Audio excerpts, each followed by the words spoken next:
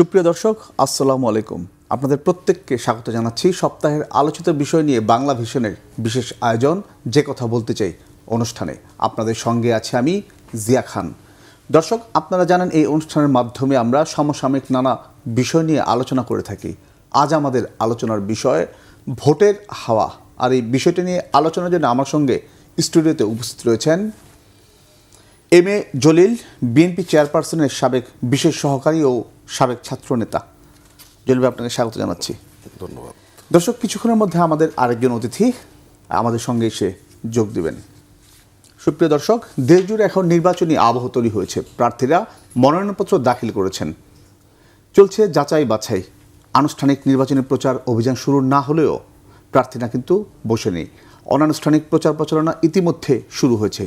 দীর্ঘ ১.৫ দশক পর দেশের মানুষ ভোট দিতে তাদের প্রতিনিধি নির্বাচনের সুযোগ পাচ্ছেন। স্বাভাবিকভাবে এই নির্বাচনের দিকে অধীর আগ্রহ শুধু এদেশের মানুষেরই নয়, আন্তর্জাতিক পরিমণ্ডলীয়। আলোচনা শুরুতে বাউল ভাই, জলিল ভাই, দুঃখিত, আমাদের নির্বাচনী প্রচারণা প্রার্থীরা তারা মনোনয়নপত্র দাখিল করেছেন, যাচাই বাছাই শুরু হয়েছে এবং অনেকেরই এখন পর্যন্ত মনোনয়নপত্র বাতিল হয়েছে। আজকে যদি একটা ঘটনা নিয়ে আসি, বগুড়া ২ আসনে তথ্যর অমিল থাকায় নাগরিক ঐক্যের সভাপতি ও বিএনপি জোটের প্রার্থী মাহমুদুর রহমান মান্নার মনোনয়নপত্র বাতিল করেছে জেলা রিটার্নিং অফিসার। এবং অনেক জায়গায় বাতিল হচ্ছে, আবার হচ্ছে। এবং আরেকটা বিষয় যে এই নির্বাচনী, যেহেতু বিএনপি অনেক বড় একটি দল, এখানে যাদেরকে মনোনয়ন দেওয়া হয়েছে, যারা বঞ্চিত, অনেকেই স্বতন্ত্র হিসেবে প্রার্থিতা করে আসছেন। সব কিছু মিলিয়ে ভোটের হাওয়া তো দিন দিন ভারী হতে শুরু করেছে নাকি? না, একটা নির্বাচন হতে যাচ্ছে, যেটা সুখের ব্যাপার যে নির্বাচন হতে যাচ্ছে। আমরা গণতন্ত্রের যে উত্তরণ, সেই উত্তরণের যাত্রাটা খুব শুরু হয়েছে এবং এটা সন্নিকটে এই যাত্রা শুরু হয়েছে এবং নির্বাচন হবে ইনশাল্লাহ। অনেক সংশয় সন্দেহ তৈরি করা হয়েছিল, বিশেষ করে আপনারা মিডিয়াও করেছেন, বিভিন্ন মহল থেকেও হয়েছিল। সেগুলোর উত্তরণ ঘটিয়ে এখন নির্বাচনী যাত্রাটা শুরু হয়েছে, ভালোভাবেই শুরু হয়েছে। 12ই ফেব্রুয়ারি জাতীয় সংসদের, কাঙ্ক্ষিত জাতীয় সংসদের নির্বাচন অনুষ্ঠিত হবে এবং বাংলাদেশে সত্যিকার অর্থে একটা গণতান্ত্রিক সরকার প্রতিষ্ঠিত হবে। সেই সরকার প্রতিষ্ঠার মধ্য দিয়ে গণতন্ত্রের যে অভিযাত্রা, এই যাত্রা অব্যাহত থাকবে। বাংলাদেশে যে গণতান্ত্রিক প্রতিষ্ঠানকে বারবার আঘাত করা হয়েছে, ধ্বংস করে দেওয়া হয়েছিল, সেই ধ্বংসপ্রাপ্ত অবস্থা থেকে আমি মনে করি যে সামনের এই নির্বাচনের মধ্য দিয়ে ধ্বংস হয়ে যাওয়া গণতন্ত্র পুনরায় প্রতিষ্ঠিত হবে এবং বাংলাদেশ বিশ্ব মানচিত্রে একটি গণতান্ত্রিক রাষ্ট্র হিসাবে মাথা উঁচু করে সামনের দিনগুলোতে দাঁড়িয়ে থাকবে। আমরা এমন একটি জায়গায় এসে দাঁড়িয়েছি, আজকেও রাষ্ট্রীয় শোক চলছে। সাবেক প্রধানমন্ত্রী বেগম খালেদা জিয়া, তার শোক আসলে সেটা আমাদের গণমাধ্যম থেকে শুরু করে দেশ, জাতি, এমনকি আন্তর্জাতিক পরিমণ্ডলেও সেই শোকের আবহ সেটা বিস্তৃত হয়েছে। এমন একটা সময় বিএনপি ইলেকশনে যাচ্ছে, যে সময়টা দলের সবচেয়ে একদম মূল কাণ্ডারি তিনি আসলে আমাদের মাঝে আর নেই। তার যে অভাব, সেটা আসলে এই নির্বাচন কেন্দ্রিক পার্টির, সেটা আসলে কীভাবে মূল্যায়ন করবেন? দেশনেত্রী বেগম খালেদা জিয়া, উনার শূন্যতা এটা পূরণ হবার নয়।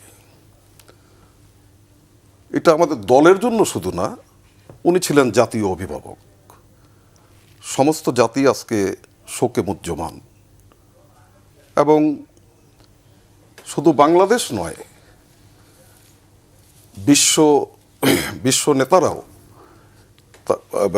আপনার ওনার মৃত্যুতে শোক জানিয়েছেন, প্রতিনিধি পাঠিয়েছেন সহমর্মিতা প্রকাশ করার জন্য। তো বেগম খালেদা জিয়া শুধু একটি নাম নয়, গণতান্ত্রিক সংগ্রামের ইতিহাসে উনি নিজেকে একটি প্রতিষ্ঠান হিসাবে প্রতিষ্ঠিত করেছিলেন। দল মত নির্বিশেষে সমস্ত কিছুর ঊর্ধ্বে বেগম খালেদা জিয়া নামটি মানে একটা কি বলবো গৌরবোজ্জ্বল জায়গায় গিয়ে পৌঁছেছে। তো স্বভাবতই গোটা জাতি যেমন শোকে মুহ্যমান, আমাদের মধ্যেও তো এই শোক বেদনা, আমরাও ভারাক্রান্ত। কিন্তু তিনি যে শিক্ষাটা দিয়ে গেছেন, তিনার স্বপ্নটা কি ছিল? তিনি সারাটা জীবন গণতন্ত্রের জন্য সংগ্রাম করেছেন। গণতান্ত্রিক অধিকার, এদেশের মানুষের গণতান্ত্রিক অধিকার প্রতিষ্ঠার সংগ্রামে তিনি ছিলেন আপোষহীন এবং জীবনকে তুচ্ছ করেছেন তিনি এই গণতন্ত্র বাংলাদেশে প্রতিষ্ঠার জন্য। তো কাজেই উনার যে স্বপ্ন ছিল যে একটি গণতান্ত্রিক বাংলাদেশ হবে, সমৃদ্ধ বাংলাদেশ হবে, সেই স্বপ্নকে ধারণ করে আমরা শোককে শক্তিতে পরিণত করে সামনের দিনগুলিতে একটি সমৃদ্ধ বাংলাদেশ বিনির্মাণে কাজ করে যাব, এটাই হোক আমাদের শপথ। সাবেক প্রধানমন্ত্রী বেগম খালেদা জিয়ার না থাকা এবং তার যে পুত্র দলের ভারপ্রাপ্ত চেয়ারম্যান তারেক রহমান, ওনার উপর এখন যে প্রত্যাশার যে চাপ, সেটা শুধু পার্টি নয়, সারা বাংলাদেশ তার দিকে তাকিয়ে রয়েছে। সেই চাপটা, সেই প্রত্যাশা, মানুষের সেই আকাঙ্ক্ষা, সেটা কিভাবে মানে তার কাছ থেকে মানুষ মানে পাবে কিংবা তিনি দিবেন জাতিকে? আমাদের এখন তো একদিকে মা নেই, আমাদের আরেকদিকে ভারপ্রাপ্ত চেয়ারম্যান জনাব তারেক রহমান সাহেব, উনারও কিন্তু রাজনীতির অভিযাত্রাটা দীর্ঘ সময়ের, দীর্ঘকালের, এবং উনি খুব সফলভাবেই সকল পরিস্থিতিকে মোকাবেলা করে দলকে এগিয়ে নিয়ে গেছেন, নেতৃত্ব দিয়েছেন। এটা প্রমাণিত এবং প্রতিষ্ঠিত। ফ্যাসিস্ট হাসিনার যে স্বৈরাচার বিরুদ্ধে সংগ্রাম, সেখানে উনি নিরলসভাবে এই 17টি বছর দলকে সংগঠিত করা, দলকে ঐক্যবদ্ধ রাখা, শুধু দল নয়, মানে গণতন্ত্রকামী অপরাপর শক্তিগুলোকেও সন্নিবেশিত করে এই আন্দোলনকে বেগবান করে এগিয়ে নিয়ে যাওয়া, এই ক্ষেত্রে খুব সফলতার উনি পরিচয় দিয়েছেন। তো কাজেই আমি মনে করি যে উনাকে কেন্দ্র এই সফলতার কারণে তো জাতির প্রত্যাশাটা অপরিসীম ভাবে জন্ম নিয়েছে উনার প্রতি। উনার যদি এই সফলতা, যাত্রাপথের সফলতা না থাকতো, তাহলে জাতির এত বড় প্রত্যাশা। কিন্তু এই সময় তার চ্যালেঞ্জটা তো অনেক বেশি। এখন চ্যালেঞ্জ তো থাকবে, চ্যালেঞ্জ মোকাবেলা করেই তো তারেক রহমান সাহেব বাংলাদেশে ক্রান্তিকাল পার করছেন। না, চ্যালেঞ্জ মোকাবেলা করেই কিন্তু তারেক রহমান তার নেতৃত্বকে প্রতিষ্ঠা করেছেন। উনি রাজনীতির যাত্রায়, রাজনীতির অভিযাত্রা যখন থেকে শুরু করেন, তখন থেকেই কিন্তু উনি সকল চ্যালেঞ্জকে চ্যালেঞ্জ হিসাবে নিয়েই উনি মোকাবেলা করেছেন এবং সফল হয়েছেন। উনার যেটা তৃণমূলের নেতাকর্মীদের সাথে উনি যখন দলের একটা জায়গায় মানে যুগ্ম মহাসচিব হলেন, সিনিয়র যুগ্ম মহাসচিব হলেন, তখন উনি প্রথম হাত দিলেন বাংলাদেশের গ্রামে গঞ্জে তৃণমূলকে সংগঠিত করার, এবং এই কাজটি উনি খুব সফলভাবে করেছিলেন। সফলভাবে করতে পেরেছিলেন বলেই বিএনপি একটা শক্ত ভিত্তির উপর আজকে একটা রাজনৈতিক দল হিসেবে প্রতিষ্ঠিত। ধন্যবাদ এম এ জলিল। দর্শক, এর মধ্যে আমাদের সঙ্গে সুযোগ দিয়েছেন আমাদের আরেক অতিথি ডাক্তার মুশতাক হোসেন, স্থায়ী কমিটির সদস্য, বাংলাদেশ জাসদ ও সাবেক জিএস ডাকসু। ডাক্তার মুশতাক হোসেন, আপনাকে স্বাগত জানাচ্ছি। আমরা আলোচনা শুরু করেছি, আমরা কথা বলছিলাম, তো আপনার কাছে আমি যে বিষয়টা নিয়ে যাব সেটা হচ্ছে যে এরই মধ্যে ভোটাররা নির্বাচনী মাঠে নামতে শুরু করেছেন। তারা নামছেন, ভোট যদিও আনুষ্ঠানিকভাবে এখনও শুরু হয়নি, অনানুষ্ঠানিকভাবে তারা নামছেন। অর্থাৎ রাজনৈতিক যে পরিবেশ আমাদের কিছুদিন আগে যে পরিবেশে অস্থিতিশীলতা ছিল, আমরা কি বলতে পারি সেই জায়গাটা থেকে আমাদের উত্তরণ হয়েছে, কিছুটা স্থিতিশীলতা এসেছে? ধন্যবাদ। আমি দুঃখিত, একটু দেরি হয়ে গেছে আসতে। আসলে আমাদের বাংলাদেশ স্বাধীন হওয়ার পরে যে পাকিস্তানি শাসকরা বিদায় নেওয়ার পরে বাংলাদেশে যারা শাসন ক্ষমতায় অধিষ্ঠিত হয়েছেন তাদের রাজনৈতিক প্রতিনিধিটা এখনও ঠিক সেইভাবে গঠিত হতে পারেনি। এই জন্য এত অস্থিরতা। আজকে দেখুন বাংলাদেশের যেই পাকিস্তানিদের ফেলে দেওয়া আমলাতন্ত্র, তাদের যে অর্থনৈতিক স্বার্থ, তাদের যে বিভিন্ন রাষ্ট্রযন্ত্রের বিভিন্ন অংশ, সেগুলোকে সুশৃঙ্খলভাবে পরিচালনা করে তাদের রাজনৈতিক যে প্রতিনিধি সেটা এখনও গড়ে ওঠার পর্যায়ে। পরিবর্তনের রাজনীতিটা বাদ দিলাম, যে আমরা স্বাধীন দেশের উপযোগী নতুন যে ব্যবস্থা, সেটা তো মানে আমি দেখাই যাচ্ছে যে এখনও পর্যন্ত সেটা বেশ মানে সেই রাজনীতির ধারাটা খুব দুর্বল।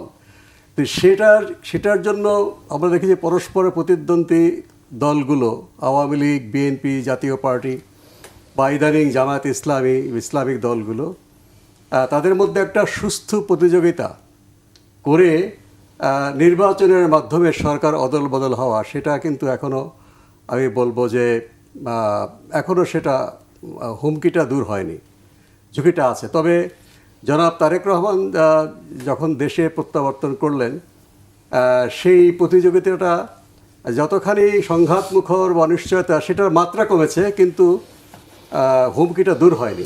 মাত্রা কমেছে, হুমকিটা দূর হয়নি। সাথে আমি একটু যোগ করি, যেহেতু নির্বাচন কমিশন তাদের হাতেই সব কিছু এখন দেখভালের দায়িত্ব থাকবে, এবং নির্বাচনকে কেন্দ্র করে আইন শৃঙ্খলা বাহিনীর ভূমিকা কিংবা নির্বাচনের পরিবেশ দিয়েও অনেক কথা বলেছেন, অনেক প্রশ্ন এসেছে, এবং সেই সময়টা তো সামনে আস্তে আস্তে আরও ঘনিয়ে আসছে। কালো টাকার ছড়াছড়ি আমরা যেমন আগে দেখতাম, অস্ত্রের ঝঞ্ঝনানি, বিশেষ করে এবার যে লুট হওয়া অস্ত্র এখনও উদ্ধার হয়নি, বারবারই কথাটা আসছে, সেটা কতটা চ্যালেঞ্জ হবে আমাদের নির্বাচন কমিশনের জন্য, সেটাকে মোকাবিলা করা? আপনি একটা গুরুত্বপূর্ণ কথা বলে ফেলেছেন ইতিমধ্যে, কালো টাকার প্রভাব। নির্বাচন কমিশন কালো টাকার প্রভাব দূর করার বিষয়ে খুব একটা মানে তারা আইন কানুনের ভিত্তিতেও খুব একটা তারা কিন্তু করতে পারেনি।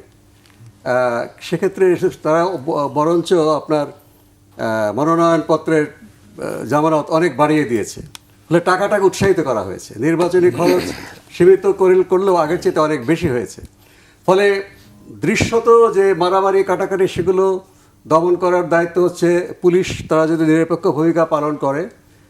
কিন্তু কালো টাকার প্রভাবকে যদি কার্যকরভাবে মোকাবেলা করা না যায়, তাহলে এই যে দেশ শাসন করার যে প্রতিযোগিতা, যেটা নির্বাচনের মাধ্যমে একটা প্রধান ইয়েটা আসে, সেই মৌসুম আমি বলি, সেটা কিন্তু শেষ পর্যন্ত শান্তিপূর্ণ থাকে না। অস্ত্র তো আছেই বাইরে, কিন্তু অস্ত্র যারা চালনা করে তাদেরকে নিয়ন্ত্রণ করে কালো টাকার মালিকেরা, কারণ টাকা ছাড়া সেই অস্ত্র ব্যবহৃত হওয়া খুব মুশকিল, এবং টাকা থাকলে প্রশাসনকে প্রভাবিত করা যায়, মানুষের ভোটকে প্রভাবিত করার ঐতিহ্য আছে। কাজেই এই লুট হওয়া, অস্ত্রে শুধু নয়, লুট হওয়া টাকা, চুরি করা টাকা, সেটাকে যদি কার্যকরভাবে দমন করা যতখানি ব্যবস্থা করতে পারবে সরকার এবং নির্বাচন কমিশন, শুধু নির্বাচন কমিশন একা না, ততটুকু নির্বাচনটা প্রতিযোগিতামূলক হবে এবং শান্তিপূর্ণ হবে। কিন্তু আমার কাছে এখনও পর্যন্ত সে ধরনের কোনো মানে পদক্ষেপ নির্বাচন কমিশন নিয়েছে।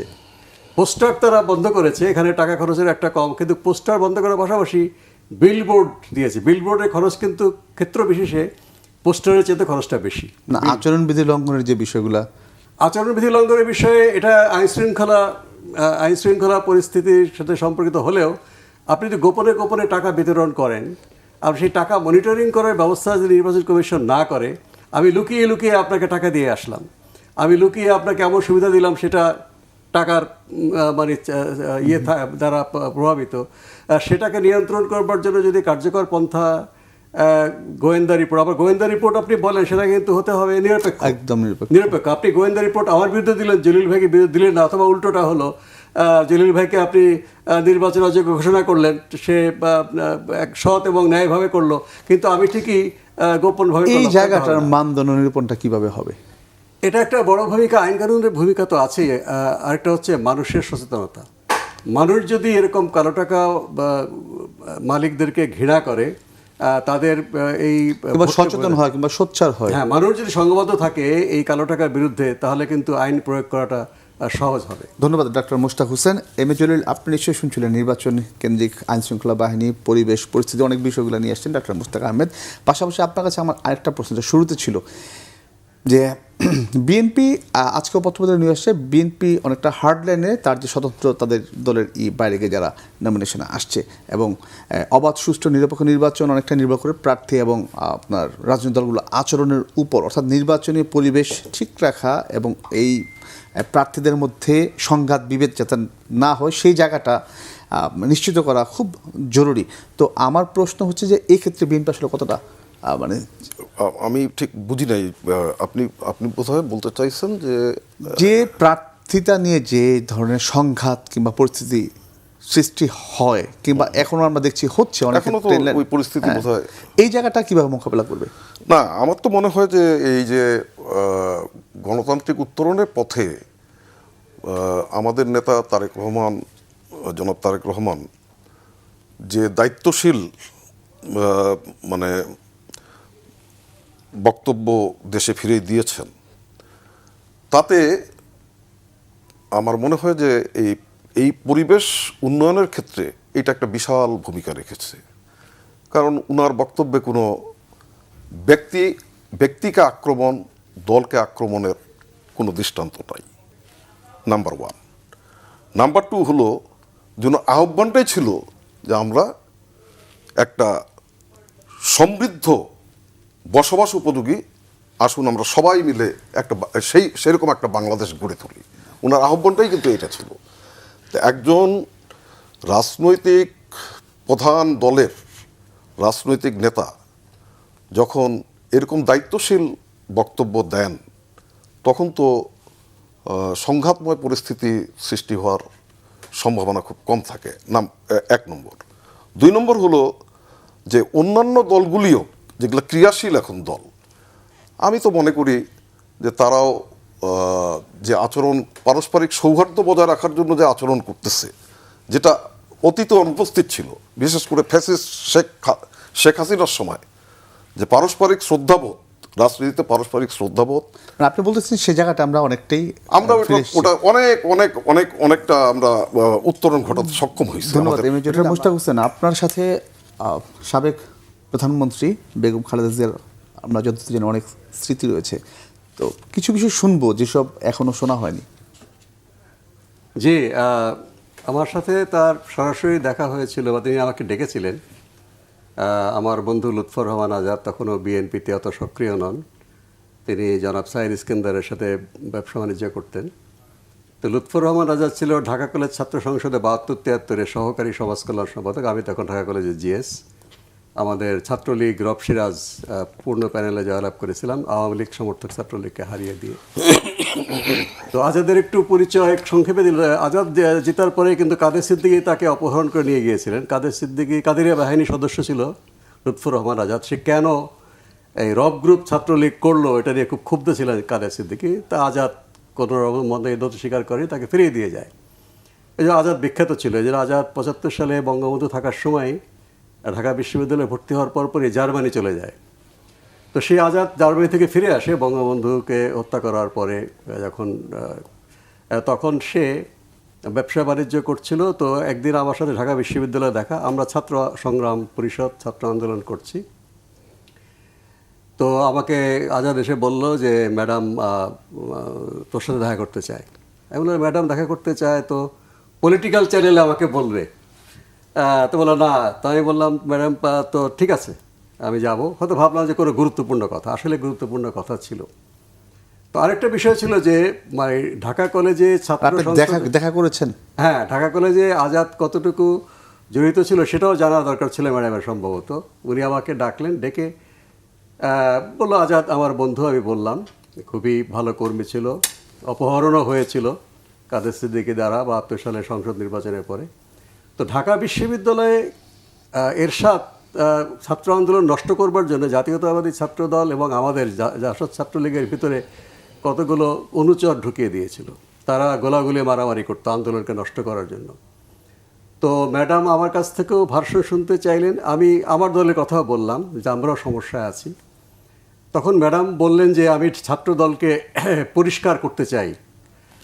এটা বিষয়ে প্রথমে তিনি আমাকে আপনি বলে কথা শুরু করেছিলেন। আমি বললাম যে আমি তো ছাত্র নেতা, আপনি জাতীয় নেতা, আপনি বললে ঠিক আমি বিব্রত হই। তখন তুমি আমাকে তুমি করে বললেন। এরপরে তুই যতবার দেখা হয়েছে তুমি করে বলেছেন যে তোমরা কি করবে। আমরা অবশ্যই যারা সরকারি এজেন্ট তাদেরকে যদি আপনি পরিষ্কার করেন আমরা অবশ্যই সমর্থন দেবো। আমাদের সংগঠন থেকে সেগুলো আমরা বাদ দেবো, আমরা ঐক্যবদ্ধ থাকবো। এবং তিনি বেশ কিছু পদক্ষেপ নিয়েছিলেন। তো সেই যোগাযোগের পরে আজাদের মাধ্যমে আমি ম্যাডামের বিশেষ কতগুলো খবর পেতাম এবং আমাদের ছাত্র সংগ্রাম পরিষদ তারা জানতো, তারাও আমরা ম্যাডামের কাছে কোনো কিছু বলার থাকলে বলতাম। এবং 90-এর নভেম্বরেও কিন্তু সে একই যোগাযোগ আমার সাথে হয়েছিল, কিন্তু তিনি আমাকে দেখা করতে বলেও পরে তিনি আমাকে নিষেধ করেছিলেন, কারণ ওই সময় গোয়েন্দারা এত বেশি তাকে পাহারা দিত ক্যান্টনমেন্টের ভিতরে সেই বাসায় যে তুমি এসে গ্রেফতার হয়ে যাবে। যদি আমি তখন ছাত্র রাজনীতি থেকে একটু বিদায় নিয়ে পেশাভিত্তিক আন্দোলন করছিলাম, ডাক্তারদের আন্দোলনে ছিলাম, তখনও তিনি একই বিষয়ে আমাকে বলেছিলেন যে ছাত্রদলে এখনও ঝামেলা রয়ে গেছে, আন্দোলনের স্বার্থে আমি পদক্ষেপ নেব। আমি বলেছি নির্দ্বিধায় ম্যাডাম সর্বদলীয় ছাত্র ঐক্য পুরোভাবে এই আপনার ছাত্র দলের সাথে থাকবে, আপনি ব্যবস্থা নিন। এবং ম্যাডাম ব্যবস্থা নিয়েছিলেন, এই জন্যে কিন্তু 90-এর গণঅভ্যুত্থানটা সফল হয়, ছাত্র সমাজের ঐক্যতা আরও দৃঢ় হয়। সেই সমস্ত উস্কানিদাতাদেরকে ম্যাডাম বাদ দেন এবং আন্দোলন সফল হয়।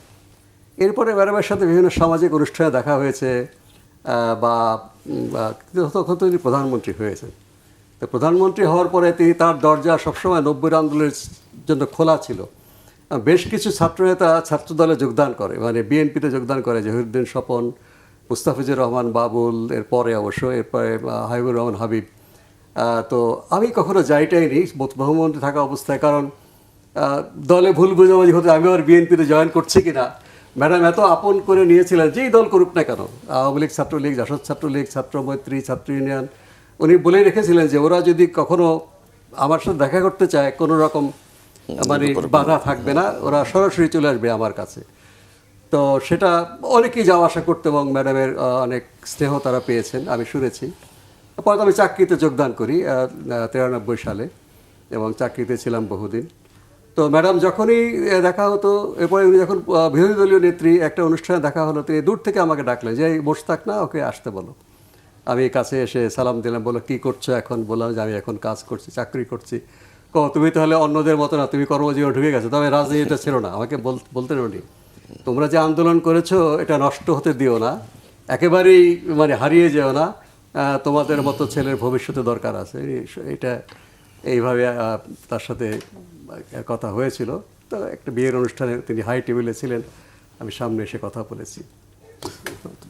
শুনবো এম এ জলিল, আপনি তো একদম চেয়ারপারসনের সাবেক বিশেষ সহকারী ছিলেন এক সময়। আপনার আসলে শুনতে চাই আপনার মুখ থেকে তার কিছু কথা।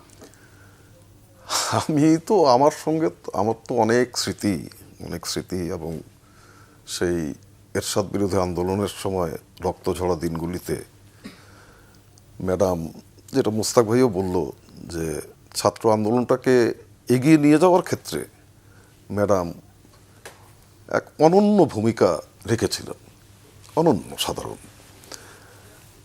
আমার মনে পড়ে তখন আমরা ছাত্র আন্দোলনে নেতৃত্ব দিচ্ছি, ঠিক ওই সময় ম্যাডাম রাজনীতিতে আসলেন।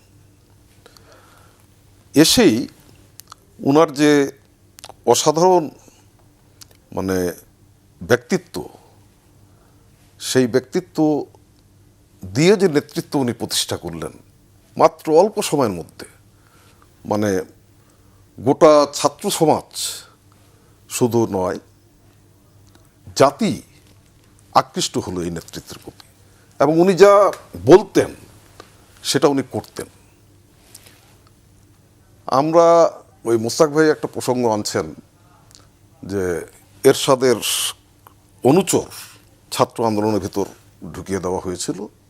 শুধু এরশাদের অনুচর না, মুস্তাক ভাইয়ের মনে থাকার কথা যে আন্দোলনকে, এরশাদ বিরোধী আন্দোলনকে বারবার পিছন থেকে ছুরিকাঘাত করার চেষ্টা হয়েছিল শেখ হাসিনার পক্ষ থেকেও বারবার হয়েছিল।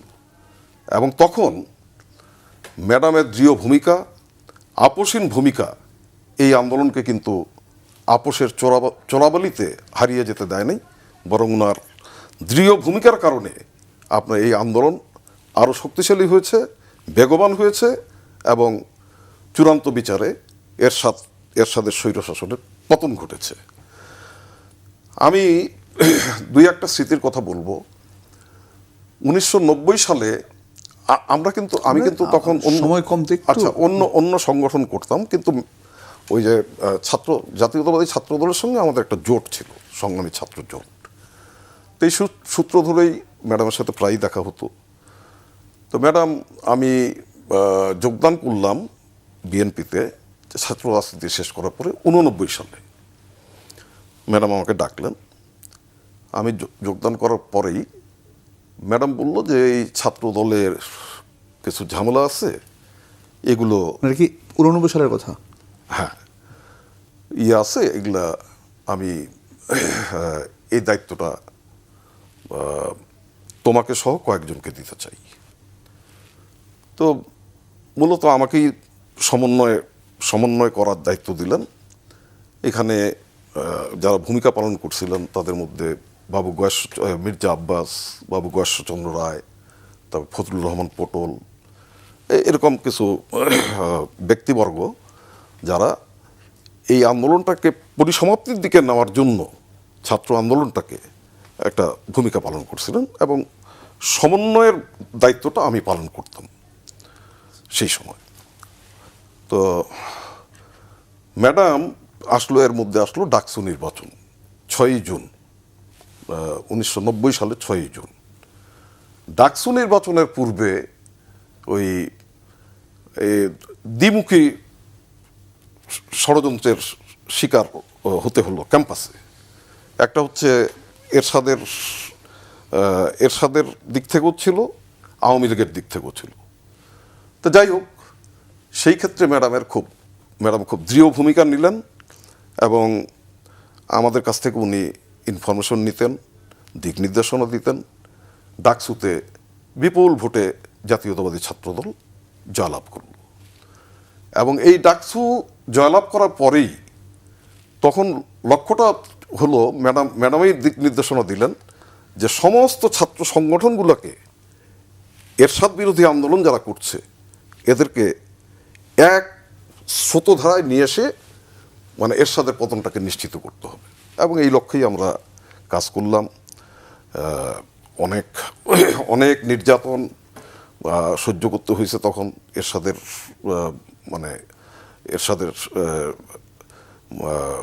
পুলিশ ক্ষমতা থাকলেন।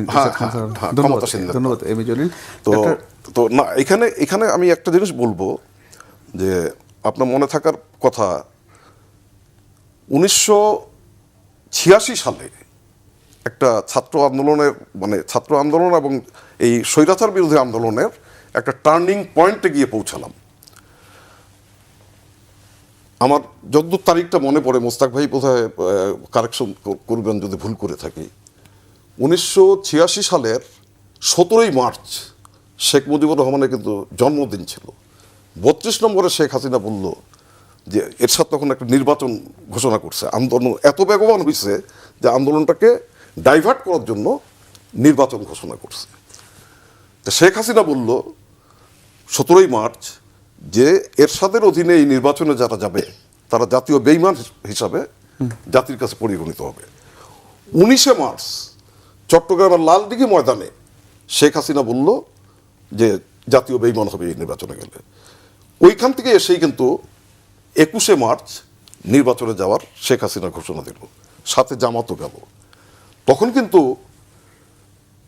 বিএনপির জন্য এবং ম্যাডামের জন্য একটা কঠিন পরিস্থিতিটা এই জন্যই যে দুইটা বড় শক্তি আন্দোলনের দুইটা বড় শক্তির বিপক্ষে গিয়ে আন্দোলন করা এবং পরিচালনা করা। কিন্তু ম্যাডাম দৃঢ়